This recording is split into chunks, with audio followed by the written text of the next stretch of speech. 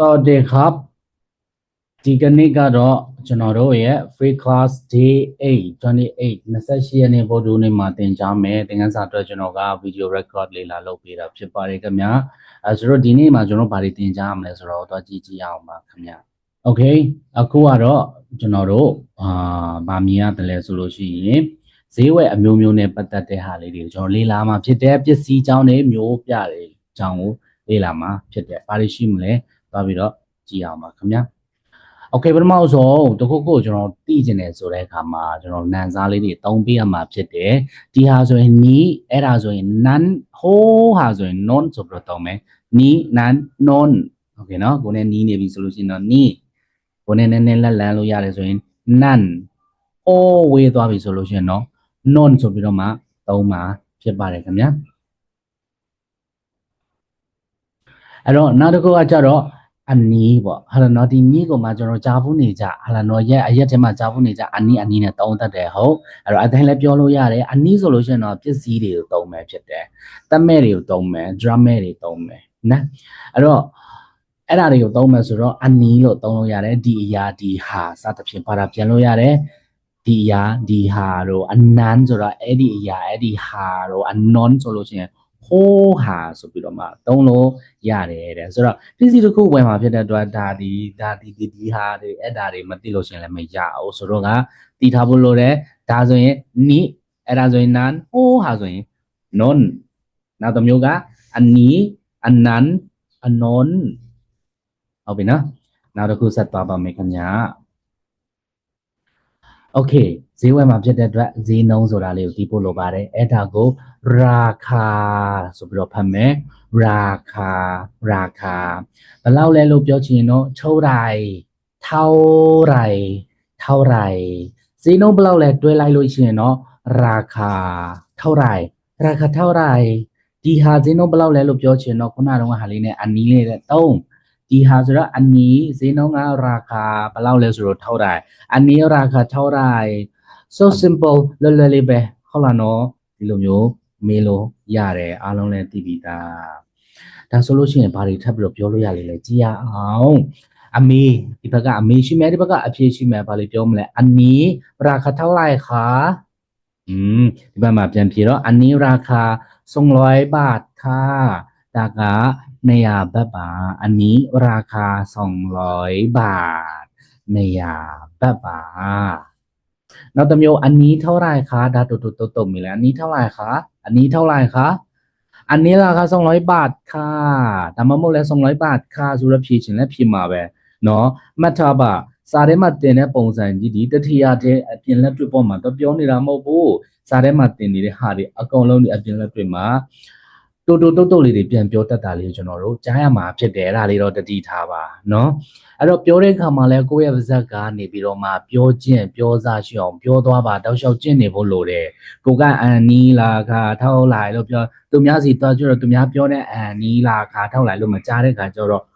ဘာတွေပြောလဲမသိဘူးနားမလည်ဘူးတွေဖြစ်ကုန်မှာပေါ့ဆိုတော့ကတူတူလို့မျိုးပြောတတ်အောင်ကိုယ့်ပါဇက်ကကျင့်ပါများစွာကျင့်ပါများများပြောပါအနီလာခါထောက်လိုက်တိပြီဆိုရင်အဲ့ဒါလေးကိုပို့ပြီးတော့ဟိုမြန်မြန်လေးပြောကြည့်အနီလာခါထောက်လိုက်โอเคเนาะနောက်တစ်မျိုးတော့မယ်ลดได้ไหมลดဆိုတာလျှော့တာได้ဆိုတာရတာမိုင်းဆိုတော့ရတာลดได้ไหมคะလျှော့ပေးနိုင်မလားลดไม่ได้แล้วလျှော့ပေးလို့ရဆိုတော့ลดได้ค่ะလျှော့ပေးလို့ရတယ်ပေါ့လျှော့ပေးလို့မရတော့ဘူးဆိုတော့ลดไม่ได้แล้วแล้วလေးထည့်မနော်ဒါမှတော့ဘူးလို့ပြောတာเนาะลดไม่ได้ဆိုရင် no I can't ဆိုပြီးတော့ပြောလိုက်မယ်ဒီလားအဲ့တော့လေတမာတယ်ลดไม่ได้ဆိုလို့ရှိရင်လေတမာတယ်ลดไม่ได้แล้วค่ะလျှော့ပေးလို့မရတော့ပါဘူးနောက်တစ်ခုဆက်သွားကြည့်မယ်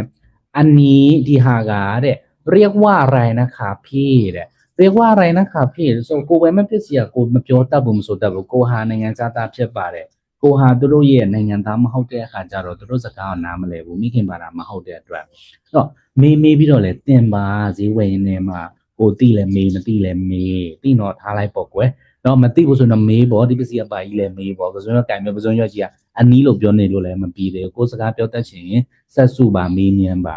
အနီးလို့ပြောတတ်တဲ့ပေါ့ဒါလေးကပေါ့နော်ဘာခေါ်လဲမှာပေါ့အဲ့လိုမျိုးလေးမေးပြီးတော့လေကျွန်တော်တို့ အခုတို့ဒါတွေစုလို့ရတယ်လေနော်อันนี้เรียกว่าอะไรนะคะพี่สำหรับเมย์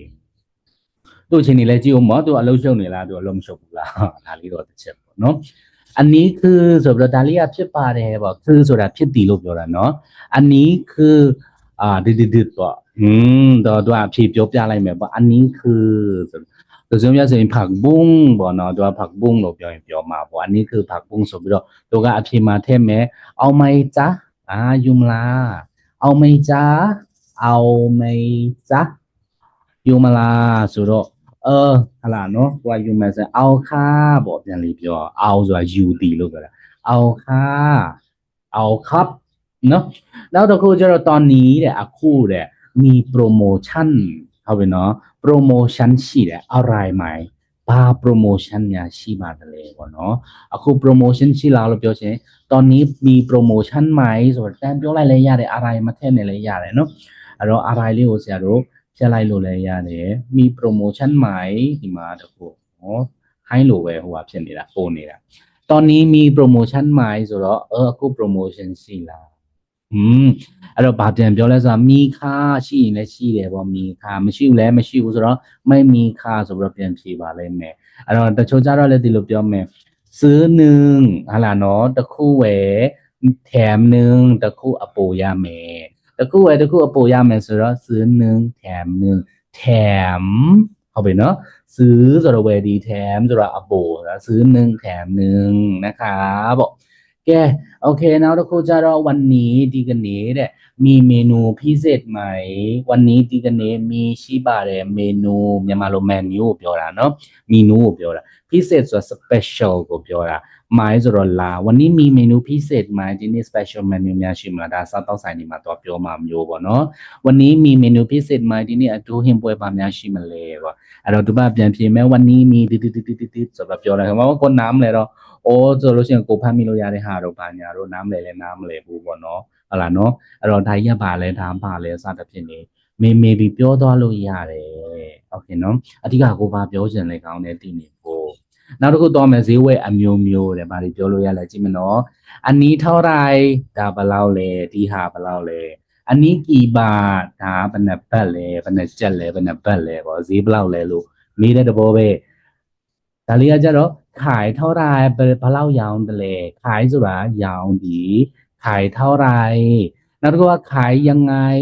ဘယ်လိုရောင်းတယ်လဲยังไงဆိုတာဘယ်လိုလဲขายဆိုတာရောင်းဒီဆိုတော့ขายยังไงဘယ်လိုရောင်းတယ်လဲราคาเท่าไรဆိုတော့เท่าไรကဘယ်လောက်လဲราคาဈေးဆိုတော့ราคาเท่าไรဈေးဘယ်လောက်လဲဟုတ်ပြီနော်คิดเท่าไรคิดဆိုတာစဉ်းစားဒီလို့လည်းပြောတယ်ဒီမှာတွက်ချက်ဒီလို့မှတ်မယ်ဘယ်လောက်တွက်တယ်လဲဘယ်လောက်ယူတယ်လဲလို့မေးပါတယ်อันนี้มีขายไหมဒီဟာမျိုးရောင်းတာရှိလားอันนี้มีขายไหมဒီဟာမျိုးရောင်းတာရှိလားอันนี้มีขายไหมအောင်မနောက်တစ်ခုကပါလဲဘာကြီးတော့တာပါလဲอยากรู้ราคาหน่อยอยากဆိုတာချင်ဒီမလားလှုပ်ချင်ဒီကိုင်းချင်ဒီလေอยากรู้ဆိုတော့သိချင်တယ်ราคาဈေးနှုန်းหน่อยဆိုတော့တောင်းဆိုလိုက်တာလေးတန်းလေးကိုနူးညံ့စွာနဲ့တောင်းဆိုလိုက်တယ်อยากรู้ราคาหน่อยค่ะပေါ့နော်ဈေးနှုန်းသိချင်လို့ပါมีราคาพิเศษไหมราคาဈေးနှုန်းพิเศษ special ဈေးနှုန်းလေးများရှိမလားมีราคาพิเศษไหม special price ရှိသလားပေါ့နောက်တစ်မျိုးလာမယ်ลดได้ไหมชอบပေးနိုင်မလားราคาอยู่ที่เท่าไหร่ราคาဈေးနှုန်းကอยู่ที่ရှိနေပါတယ်เท่าไหร่ဘယ်လောက်မှရှိနေတယ်လဲဥမာရွှေဈေးတို့မြေဈေးတို့အိမ်ဈေးတို့ငွေဈေးတို့စသဖြင့်သိချင်တယ်သူဈေးနှုန်းပြောင်းလဲ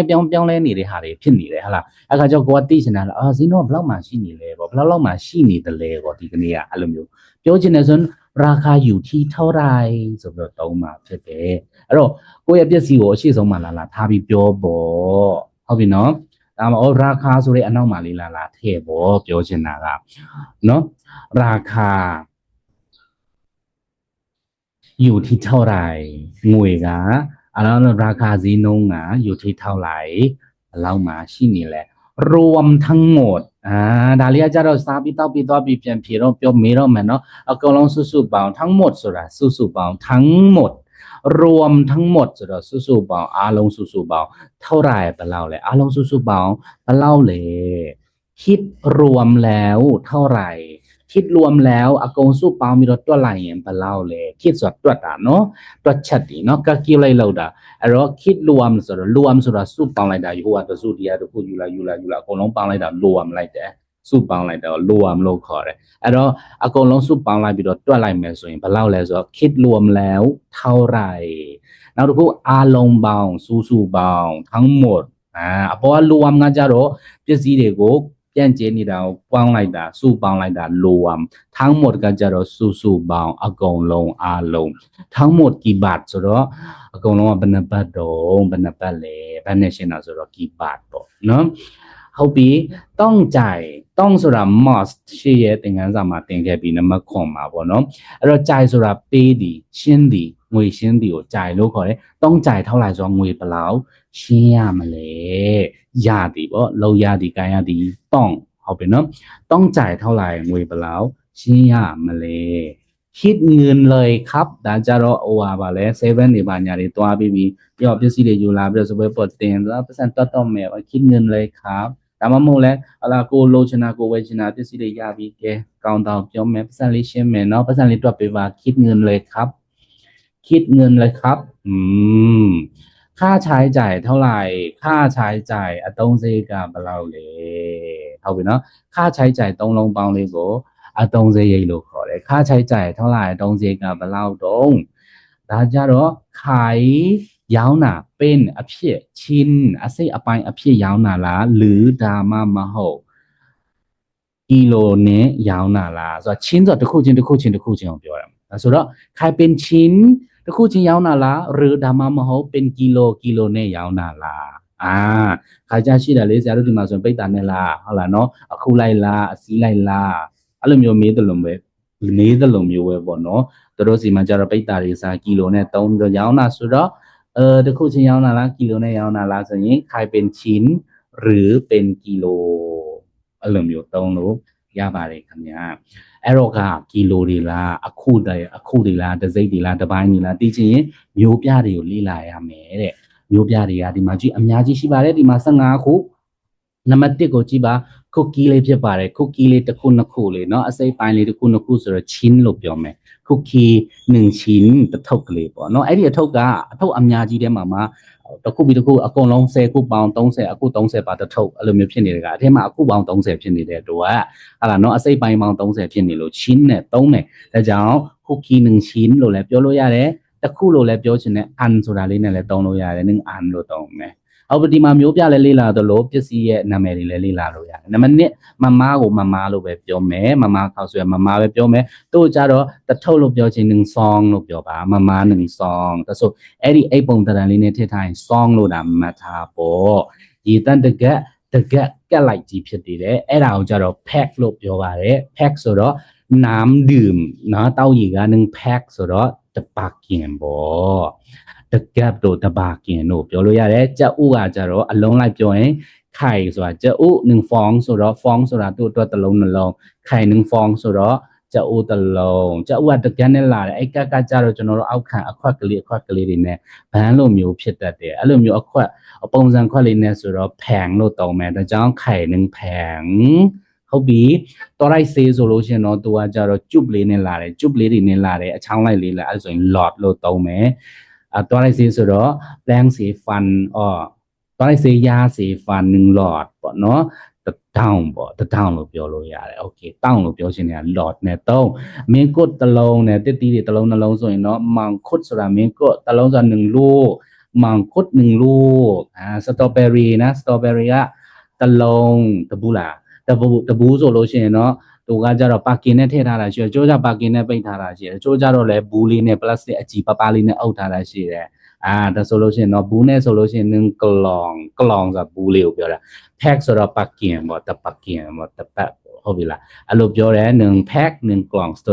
strawberry ပေါ့နော် strawberry ကကြားဖို့ပါတယ် strawberry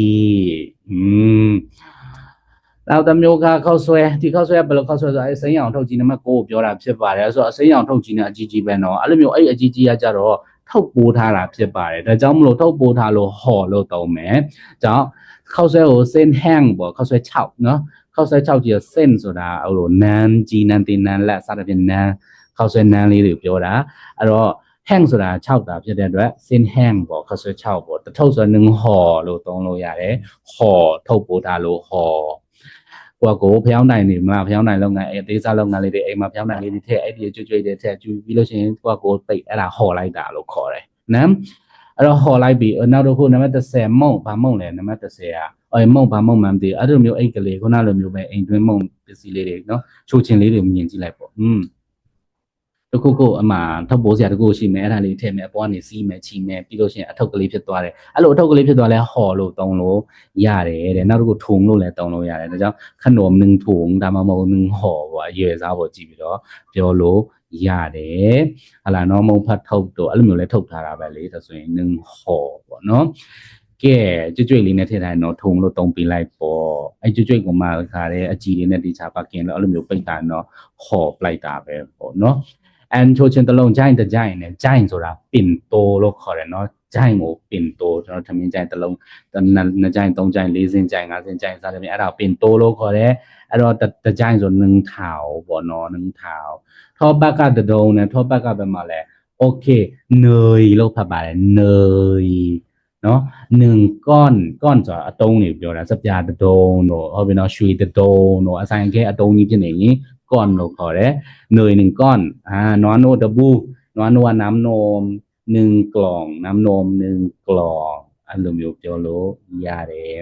นี่อาลูจอมันฝรั่งทอดมันฝรั่งทอด1ซองแต่ละมาม่าข้าวสวย6ရက်ထုတ်ကလေးနဲ့တူပဲဒါကြောင့်အဲ့လိုမျိုးซองနဲ့တောင်းထားတယ်มันฝรั่ง1ซองနောက်ထပ်လာမယ် no si တပူ no si ဘူးน้ำข้นလို့ခေါ်တယ် no si ကน้ำข้นนะသူ့ကြတော့တန်ဘူးနဲ့ထည့်တယ်တန်ဘူးကိုကระป๋องလို့ခေါ်တော့น้ำข้น1กระป๋องဘူးผ่าတဖာတဲ့ဘူးผ่าကြီးပဲမှာလဲနံပါတ်19အဲ့ဒါရစက်ခွန်ကဘူးผ่าကြီးချက်ပုံကြီးပေါ့နော်အဲ့ဒါကိုกล่องလို့ပဲခေါ်တယ်သူ့ကြတော့ผ่าလိုက်တဖာဆိုတော့1หลังဆန်ကိုကြည့်မယ်တဲ့အိတ်ဆန်ကခောက်စံသူ့ကြတော့အိတ်ပီနန်အိတ်လိုမျိုးပီနန်အိတ်အကြီးကြီးเนาะအဲ့ဒါကိုกระสอบလို့ခေါ်တယ်ခောက်စံ1กระสอบစကောပါရာစီတကက်ကိုကြည့်မယ်ပါရာစီကအမှတကက်တို့ကပုံစံခွက်လေးနဲ့လာလို့ဖယ်လို့တောင်းတယ်ကြက်ဥတုံးကလိုမျိုးပုံစံခွက်ကလေးပဲအဲ့တော့ယာဖလာ1ဖယ်ပေါ့နော်အဲ့တော့ပါရာစီတကက်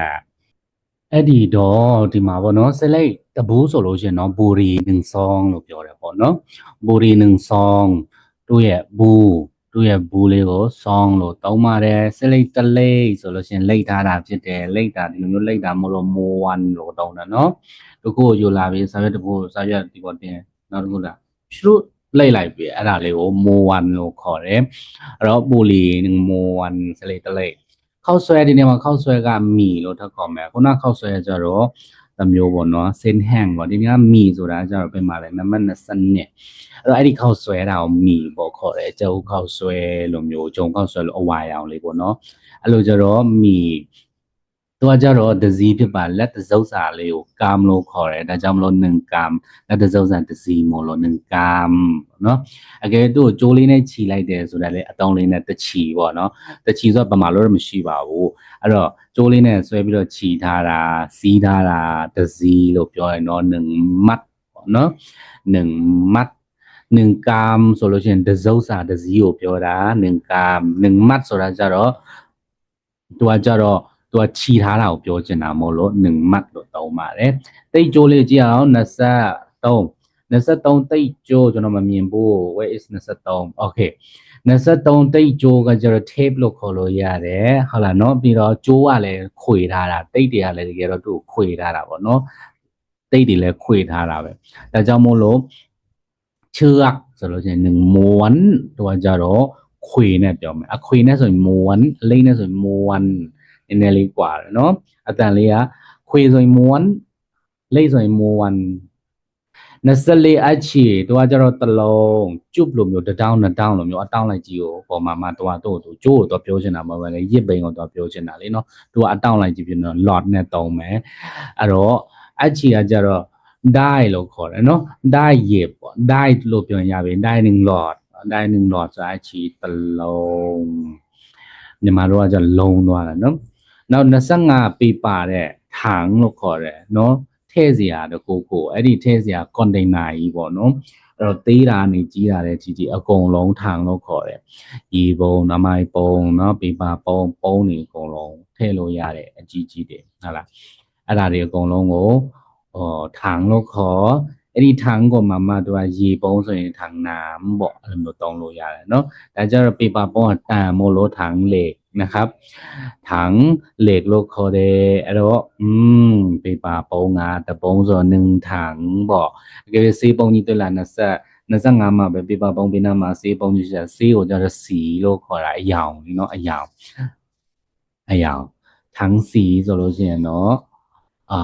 စီပုံပေါ့အဲ့လိုမျိုးဖြစ်သွားမယ်အယောင်ပုံပေါ့နော်ဟိုပါလေအိမ်တော့စီတို့ပါစီတို့เนาะအဲ့ဒါလေးကိုပြောတာဖြစ်တယ်အယောင်စီပုံမို့လို့စီနဲ့တုံးတယ်ถังสีနောက်တစ်ခုသူကတပုံ2ပုံဆို1ถังပေါ့နော်ဆိုရင်တပုံဘယ်လောက်လဲပေါ့ถัง1ถังเท่าไหร่လို့ပြောလို့ရတယ်ပေါ့အဲ့ဒီထပ်ပို့ပြီးပြောလို့ရတာအနောက်မှာထပ်ရှိတယ်ပြောပြမယ်26မြေပဲထောပတ်တယ်အဲ့ဘူတကယ်တော့မြေပဲထောပတ်တယ်ပါညာတွေကိုဆရာပြောချင်တာဒါတပိုင်းဒါပစ္စည်းမျိုးစားလေးတွေခေါ်တောင်းလို့เนาะနောက်တစ်မျိုးကကျတော့အဲ့မြေပဲထောပတ်ကြီးကိုကျတော့အဲ့ဘူးလေးကိုကြည့်စေချင်တာအဲ့ဘူးလေးကိုမြင်စေချင်တာအဲ့ဘူးလေးလိုမျိုးဆိုရင်ဘယ်လိုခေါ်လဲဆိုရင်ကရပုတ်လို့ခေါ်တယ်เนาะကရပုတ်အဲ့ဘူးပုံစံတရံလေးဖြစ်နေကရပုတ်လို့ခေါ်1กระปุกပေါ့နော်ตัวได้สิปาพี่ตัวตลาดเนาะยาสีฟันนะครับ1หลอดนะနောက်တစ်ခုကိုလာဘူးယူကြည့်လိုက်ဘူးပြလို့ขวดเนี่ยတုံးမယ်ကိုလာ1ขวดนะနောက်တစ်ခုไทยดีเนาะไทยดีလေးကြည့်တယ်အဲ့မှာชาไทยပေါ့နော်ชาไทยအဲ့တော့သူကကြတော့ခွက်ဒီမှာแก้วนะแก้วဖြစ်ပါတယ်အဲ့တော့1แก้วชาเย็น1แก้วชาไทย1แก้วนะနောက်တစ်ခုအသားလုံးကြတော့လုတ်ချင်းအသားလုံးနေစားပူတယ်ဟောလုတ်ချင်းတကင်းနဲ့ဒုတ်ထိုးပြီးပြင်တာအဲ့လိုမျိုးဒုတ်ကလေးကိုမိုင်းလို့ခေါ်တယ်တဒုံနှစ်ဒုတ်ပေါ့တစ်ချောင်းတကင်းအဲ့လိုပေါ့ဗမာလိုပြောတဲ့ဟာတွေအကုန်လုံးကမိုင်းလို့သုံးပါလုတ်ချင်းမိုင်းအသားလုံးတစ်ချောင်းတကင်းနော်နောက်ထပ်ဘာရှိလဲဆိုတော့ကြည်အရေးတော့တင်တဲ့ဈေးဝယ်မယ်ဘယ်လိုဈေးဝယ်လဲကြည့်တော့ဈေးဝယ်ကိုလုခါလို့ခေါ်တယ်ဈေးတယ်ကြတော့မဲခါအဲ့ဒါအကယ်ဈေးတယ်ယောက်ျားဖြစ်နေဖောခါအဲ့လိုလေးသုံးမဲဆိုတာမိန်းကလေးတွေအတွက်ရည်ညွှန်းတယ်ဖောဆိုတာယောက်ျားလေးတွေရည်ညွှန်းတယ်မဲခါကုန်တယ်ဖောခါကုန်တယ်နော်မိန်းမယောက်ျားပဲกว่าတယ်ကဲလုချင်းဆိုတာအသားလုံးမိုင်းလเท่าไหร่လဆိုတာလေးသုံးလာပြီဆိုရင်သူကတစ်ကိုပဲပြောတာဒါပေမဲ့ခုနမျိုးပြားရဲ့အနောက်မှာထားပြီးတော့သုံးပေးတယ်နော်မိုင်လဆိုတော့တကင်းကိုတဲ့ထောက်တာဘယ်လောက်လဲတဲ့လို့ရှင်မိုင်လเท่าไหร่အဲ့လိုလဲပြောလို့ရသလို1မိုင်เท่าไหร่လို့လဲပြောလို့ရဒါပေမဲ့များတော့ပြမိုင်လเท่าไหร่ဆိုတာလေးသုံးတတ်ကြတယ်အဲ့တော့မိုင်လတစ်ချောင်းကိုတဲ့20บาทဆိုတော့တစ်ချောင်းကို20บาทပါပေါ့เอาทรงไม้ครับဆိုတော့2ချောင်းယူပါမယ်2ကင်ယူပါမယ်ပေါ့အဲ့တော့ဈေးတယ်ပါပြောလဲได้ค่ะပေါ့ဟုတ်ကဲ့คุณลูกค้าဖောက်တယ်ရှင်နော်ဟုတ်ကဲ့ပါရှင်ဖောက်တယ်ရှင်စသဖြင့်ပေါ့နော်ဒီလိုမျိုးလေးတွေကြားပူအောင်လုပ်မယ်လားဆိုတဲ့အတုံးအားတဲ့မျိုးပြနောက်မှာထားပါတဲ့တစ်ကိုဆိုလိုပါတယ်မျိုးပြကခုဆိုရင်တစ်ခုတဲ့မျိုးပြကချောင်းဆိုတစ်ချောင်းဖြစ်မှာပေါ့မျိုးပြကရောက်ဆိုတစ်ယောက်မိုင်လားဆိုတော့တစ်ချောင်းအန်လားဆိုတော့တစ်ခုခွန်လားဆိုတော့တစ်ယောက်ပေါ့နော်တစ်ယောက်ကိုတစ်ခုကိုတကင်ကိုပေါ့နော်နောက်တစ်ခု AW ကို all လို့မဖတ်နော်အောက်လို့ဖတ်ရအောင်နော်အောက်အနောက်မှာကိုလိုချင်တဲ့ပစ္စည်းကိုထားပြီးပြောနော်ခုနကတော့ဒီမှာလေအောက်ဆောင်မိုင်းครับနှစ်ချောင်းယူပါမယ်အောက်ဆိုတာယူတာအောက်ဆောင်မိုင်းနှစ်ချောင်းယူပါမယ်ကဲအဲ့တော့ဘောကလဆိုတာလေးပြန်ကြည့်မယ်ဟောဆိုတာအထုပ်တွေအတွက်ပြောတယ်ဟောလာထောက်လိုက်ဆိုတော့တထုပ်ဘယ်လောက်လဲအဲ့ဒါလေးကိုနင်းဟောထောက်လိုက်လို့လည်းပြောလို့ရနှစ်ခုစလုံးပြောလို့ရတယ်တဲ့နော်အဆင်ပြေတယ်ကဲဒီကขวดလာထောက်လိုက်ဆိုတော့တပူးဘယ်လောက်လဲขวดဆိုတာဘူးကိုขวดလာထောက်လိုက်ဆိုတော့တပူးဘယ်လောက်လဲအဲ့မှာတပူးဘယ်လောက်လဲပြီးဒီဘက်မှာ pack နော် pack ဆိုတာကပါကင်အဲ့တော့ပါကင်မှာတပါကင်ဘယ်လောက်လဲဆို pack လာထောက်လိုက်လို့ပြောမယ်ဒါပေမဲ့ဒီမှာပါကင်ဆိုတာပါကင် like ကိုမေးချင်နော်ยกแพ็คเท่าไหร่ยกเร็วใช่ป่ะเทปปีไลยกแพ็คเท่าไหร่ปากี่ไลบะเราเลยพาไล่ဆိုတော့မေးချင်တယ်ဆိုတော့ ยกหลังเท่าไหร่นะยกหลังเท่าไหร่กะไลเราแล้วจะยกถาดเท่าไหร่ออดิมากี่บาทเนี่ยตอนนั้นเท่าไหร่แล้วยากี่บาทแล้วยาเนาะမျိုးသုံးဖို့ထည့်ထားပြီยกถาดกี่บาทနော်ဟိုပါလေကလိုက်စီဘလောက်လဲမမလူကြောက်ကပ်ပဲပြောတာ哦နော်အဲ့ဒါလေးဟုတ်လားအဲ့လိုမျိုးပုံစံခွက်နဲ့ကတ်ကိုကတ်လို့ပဲပြောတယ်နော်ยกถาดกี่บาทတခြားပုံစံပြောသေးလားပြောသေးရင်လည်းကျွန်တော်ပြောပြခဲ့နော်ยกมัดเท่าไหร่ยกมัดဆိုတော့စီးလိုက်ပေါ့နော်ยกလေးထည့်လိုက်တော့အလိုက်ဆိုတော့ခုလိုက်ကြီးအကောင်လိုက်ကြီးစီးလိုက်ကြီးနော်အဲ့လိုမျိုးအပြုံလိုက်ကြီးအဲ့လိုမျိုးပြောချင်တယ်ยกมัดเท่าไหร่အစီးလိုက်ဘယ်လောက်လဲလိုဆိုတာ1ကီလို2ကီလိုရဲ့ဟာကိုပြောတာအတူက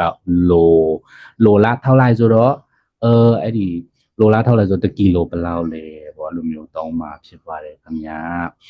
เอามายกตะกร้าဆိုတာချင်းတောင်ยกตะกร้ากิโลกี่กิโลกี่ဆိုတာ how many เนาะဘယ်နှခုလဲဆိုတဲ့သဘောกี่กิโลဆိုတော့ဘယ်နှကီလိုလဲยกตะกร้าဆိုတော့ချင်းလိုက်ကိုဘယ်နှကီလိုလဲတို့စီမှာကကီလိုတွေနဲ့ရောင်းတာကိုပိတ်တာတွေနဲ့ပိတ်တာတွေပိတ်တတ်တယ်နဲ့ပိတ်တာတွေစက်သားတွေနဲ့ပိတ်တတ်အောင်ဖြစ်တယ် sorry ပါခင်ဗျာပိတ်တာတွေစက်သားတွေနဲ့မဟုတ်လေနော်ကီလိုတွေနဲ့သွားတာဆိုတော့ရော့ကီလိုချိန်လေးကိုကြည့်လိုက်မယ်ဟုတ်ပြီနော်ဒီမှာ1ကီလိုဒါလေးက1ကီလိုဆိုပါဆိုအဲ့1ကီလိုကိုတဲ့ဟာလားနော်သူကဘယ်နှခုရှိတယ်ဆိုလို့ရှိရင်1ကီလိုကိုတဲ့10ခစ်ရှိတယ်တဲ့10ခစ်ဆိုတာအစိတ်လေး10စိတ်နော်ဒီထဲမှာ10စိတ်ရှိမယ်ရော့10စိတ်ကြီးလေးလောက်မယ်1 2 3 4 5 6 9 10 9အမလေးကျဲနေတာကျုပ်ဟာရောအဲ့တော့10စိတ်ရှိနေတာဒါတက်နော်1ကီလိုပေါ့1ကီလိုမှာ10စိတ်အဲ့10စိတ်ကိုခစ်လို့ခေါ်တယ်ပမာလို့အသုံးမရှိဘူးအစိတ်နဲ့ပဲပြောမယ်ဒီအစိတ်ကလေးကိုခစ်လို့ခေါ်တယ်10ခစ်1ကီလိုမှာ10ခစ်1ကီလိုကို10ခစ်ရှိတယ်အဲ့ဒီ10ခစ်မှာ1ခစ်ကိုဘယ်နှခုရှိလဲဆိုတော့100 gram ရှိတယ်1ခစ်ဒီကြားလေးတဲ့နော်ဒီအဲ့ကြားလေးတဲ့ဟာလေးကိုကြတော့ဘယ်နှခုရှိလဲဆိုတော့100 gram ရှိတယ်gram ပေါင်း100ရှိတယ်ဆိုတော့100ပေါ့နော်1ခစ်မှာ100 gram 1ကီလိုဂရမ်ဆိုတော့1ကီလိုမှာဆိုလို့ရှိရင်1000ဖြစ်သွားပြီ1000 gram ဖြစ်သွားပါတယ်ဒါလေးကဘဟုတုတတပါ1ကီလိုမှာ10ခစ်1ခစ်မှာ100 gram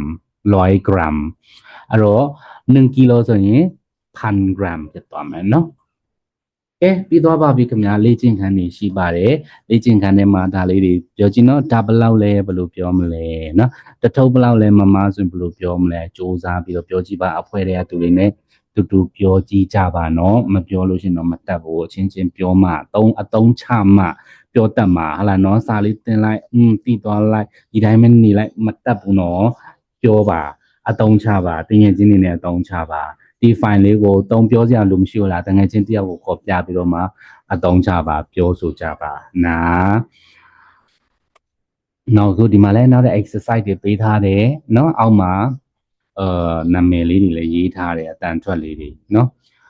ပမာလိုလေးတွေကိုယ့်ကိုရှာမှာဖြစ်ပါတယ်ဘာပြောချင်တာလဲဆိုတာလေးเนาะရှင်တွဲပြီးတော့ကိုယ့်အကိုလည်းအားထုတ်ရမယ်အားဆက်ရမယ်เนาะကိုပြောတတ်ခြင်းနဲ့ကိုလည်းအားဆက်ရမယ်အရာရာကြီးကအစင်တင်ကြီးဖြစ်မနေဘူးတဲ့เนาะနောက်တစ်ခုဒီမှာလည်းမျိုးပြလေးတွေကိုနန်နေနဲ့ဒါလေးကဘယ်လိုခေါ်လဲထိုင်းလိုမျိုးထိုင်းလိုဘယ်လိုခေါ်လဲစူးစမ်းပြီးတော့ရှာဖွေပြီးပြောကြည့်နာအဲဆိုရင်စင်ပြီးသွားလိုက်မယ်ခင်ဗျာပြီးသွားပါပြီเนาะဆိုတော့ကဒီရဲ့ဒီ file တစ်ခုလုံးပေါ့เนาะကျွန်တော်ဒီ YouTube မှာပဲလာပြီးတော့တင်ထားတာဖြစ်တယ်ကြည့်ပြီးသွားပြီဆိုလို့ရှင်လည်းကြည့်ပြီးသွားပြီဆိုတဲ့အကြောင်း comment မှာရေးခဲ့ပေးပါအောင်เนาะနားမလဲတာရှိရင်လည်းဒီ comment မှာကျွန်တော်ရေးပြီးတော့မှပြောထားခဲ့လို့ရပါတယ်ခင်ဗျဒါဆိုရင်ဒီနေ့ကျွန်တော်ဒီအပတ်ပေါ့เนาะဗုဒ္ဓဟူးနေ့အတွက်28ရက်နေ့မှာတင်ကြမယ့် video file ကိုဒီမှာပဲကျွန်တော်တင်ပေးလိုက်ပါတယ်ဒီမှာပဲကျွန်တော်ရက်နာပါမယ်နားမလဲတာရှိရင်အောက်မှာရေးခဲ့ပေးကြပါအောင်ခင်ဗျာအားလုံးပဲကောင်းတော့နေပါခင်ဗျနောက်အပတ်မှာကျွန်တော်တို့ live ပြန်တွေ့ကြမယ်เนาะဗုဒ္ဓဟူးနေ့ညနေ9:00နာရီဝင်ပေးပါမယ်ခင်ဗျ